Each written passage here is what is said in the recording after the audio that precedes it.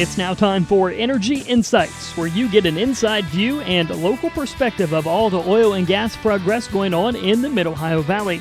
This program is brought to you by the Southeastern Ohio Oil and Gas Association and can be heard every Saturday at 9 a.m. on WMOA AM 1490, FM 101.3, JAWS Country FM 100.9, and ESPN Radio AM 630 and FM 92.9. Here's Johnny Wharf, your local host.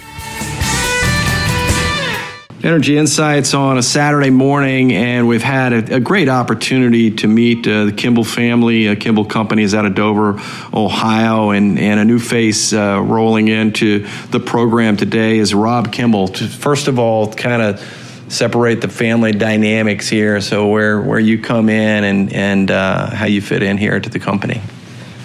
Hi, my name's Rob Kimble. I'm third generation. Greg would have been my father, so we've been around the business for quite a while, but had a lot of good teachers ahead of us to show us where to go. Yeah, we all need that for sure. Talk a little bit about your transition into the business. At some point, you got to say, Rob's got to get up and say, you know what, I want to go do that, or I'm going to go somewhere and do something else before I figure out I'm going to end up back here. So talk a little bit about that.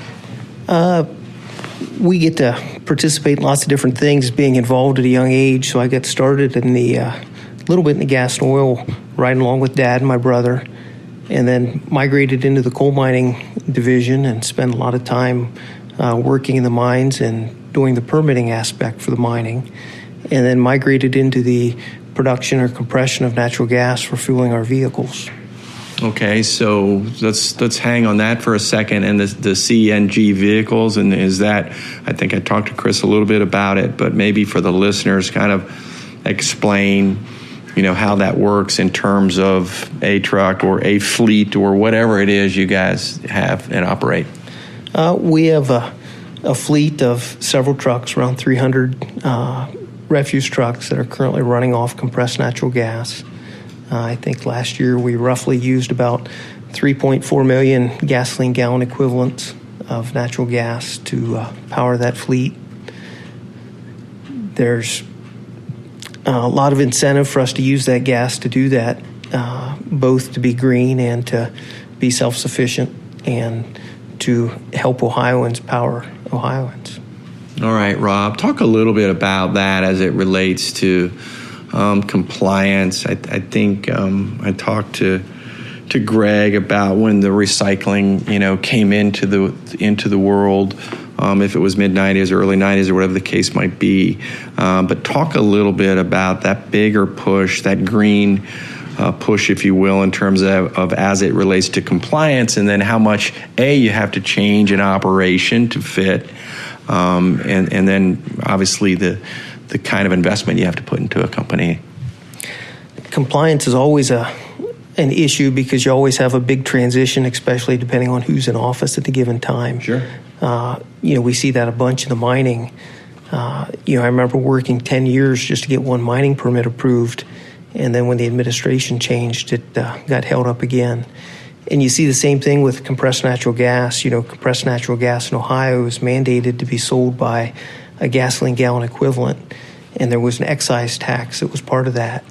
And then through some administration changes in the state, they decided that they would actually tax it as road fuel, and they decided that they would actually tax it as a diesel road fuel or diesel gallon equivalent.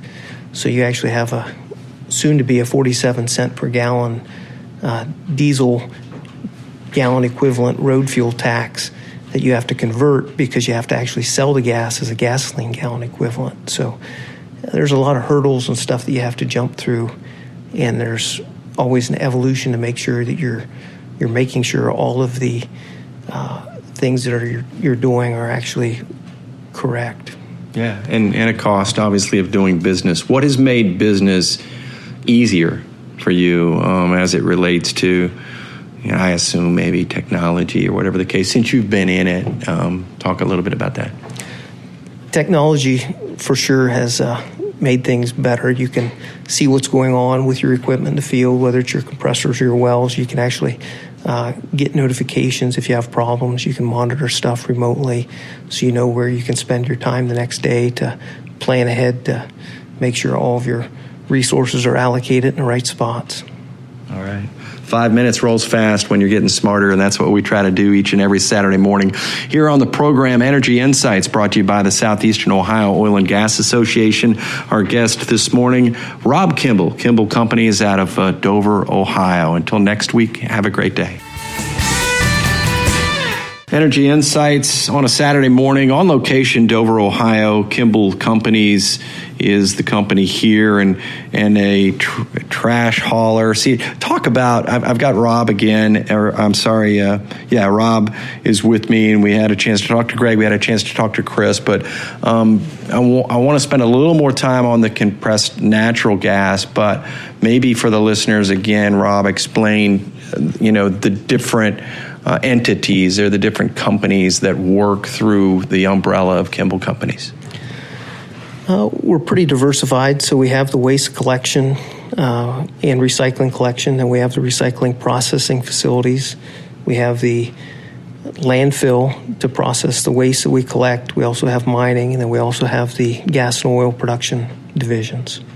All right, and then primarily on a given day, where are you spending most of your specific time? I spend most of my time with the compressed natural gas to fuel the refuse and recycling facility trucks. All right, so I guess, and again, we talked technology, I think last week a little bit, but talk about the advanced technology of the CNG, maybe as it relates to vehicles, because I think the fear in our mind initially was we're going to get halfway down the road, and then what do we do, right?